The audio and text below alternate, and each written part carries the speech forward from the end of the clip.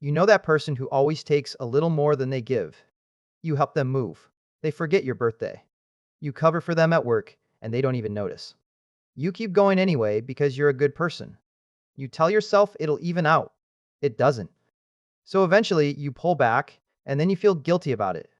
Like you're the one who did something wrong. Here's the thing, you didn't do anything wrong. Pulling back was exactly the right move. You just didn't know why yet. Back in 1980, a scientist named Robert Axelrod ran a tournament. He invited the smartest people he could find: mathematicians, economists, psychologists. Everyone submitted a strategy for dealing with other people, and he made them compete, thousands of rounds. The winner wasn't the most aggressive strategy. It wasn't the most forgiving one either. It was 5 lines of code, and it changed how we understand relationships. Imagine Jordan. Jordan starts a new job, and the first week, they're incredibly generous. Shares every idea, stays late to help, covers a shift when someone's sick. Months go by, and Jordan starts to notice something. Sam never returns the favor. Marcus takes their ideas and runs. The whole team has quietly decided that Jordan is just the person who gives. And Jordan keeps going, because stopping feels mean. But here's what's actually happening. Jordan's generosity has no conditions, no memory, no signal. So nobody around them has any reason to change. Not because they're bad people. The situation just never asked them to.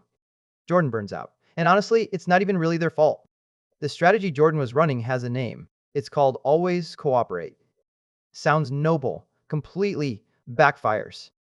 The strategy that won Axelrod's tournament was different. It's called tit for tat. Same job, different person. Meet Alex. Alex walks in on day one and cooperates, fully, same as Jordan. No suspicion, no defensiveness, just genuine good faith.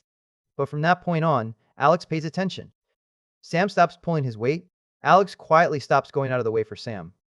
Marcus steps up. Alex steps up right back. No drama, no lecture, no, hey, I noticed you didn't. Just a clean, honest mirror.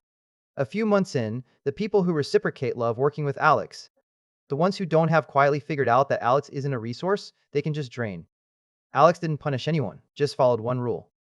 Start warm, then reflect what you get back. So why does this work so well? Because it sends a signal nobody can misread. Cooperate with me, and you get cooperation back, every time, reliably.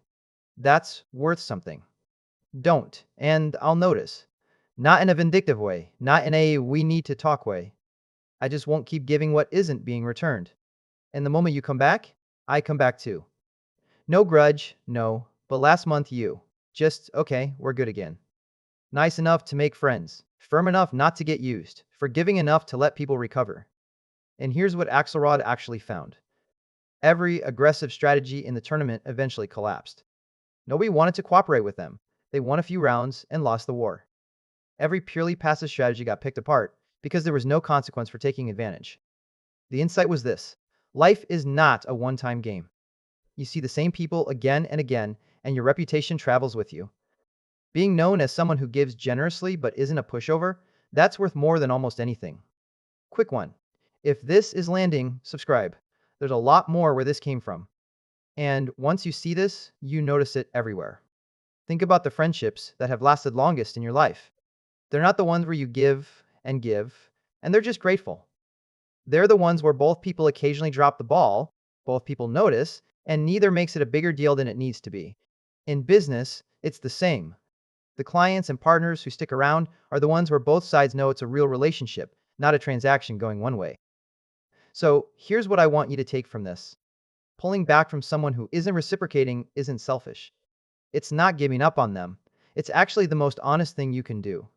You're not hiding the score. You're showing them exactly what kind of relationship you're available for. And you're giving them every chance to step into it. Some people will, and they'll get the best of you, consistently. Some won't, and that's okay too. You're just being honest about what's real. So practically, how do you run this? First, start warm, always. Give people the benefit of the doubt before you have any information. Don't walk in defensive. Second, pay attention. One time is nothing. Twice is starting to tell you something. Third, match. Don't escalate. If someone gives 60%, you give 60%. You're not building a case, you're just recalibrating. Fourth, stay forgiving. The moment someone genuinely re-engages, meet them there. Clean slate, no scorekeeping. And fifth, be consistent so your behavior actually predicts what people get back. You don't have to drain yourself being endlessly generous with people who never return it. And you don't have to keep everyone at arm's length either. Start warm, pay attention, reflect what you get, stay forgiving. The people worth keeping close will figure out the pattern fast. And they'll stay. If this shifted how you think, subscribe. New mental models regularly.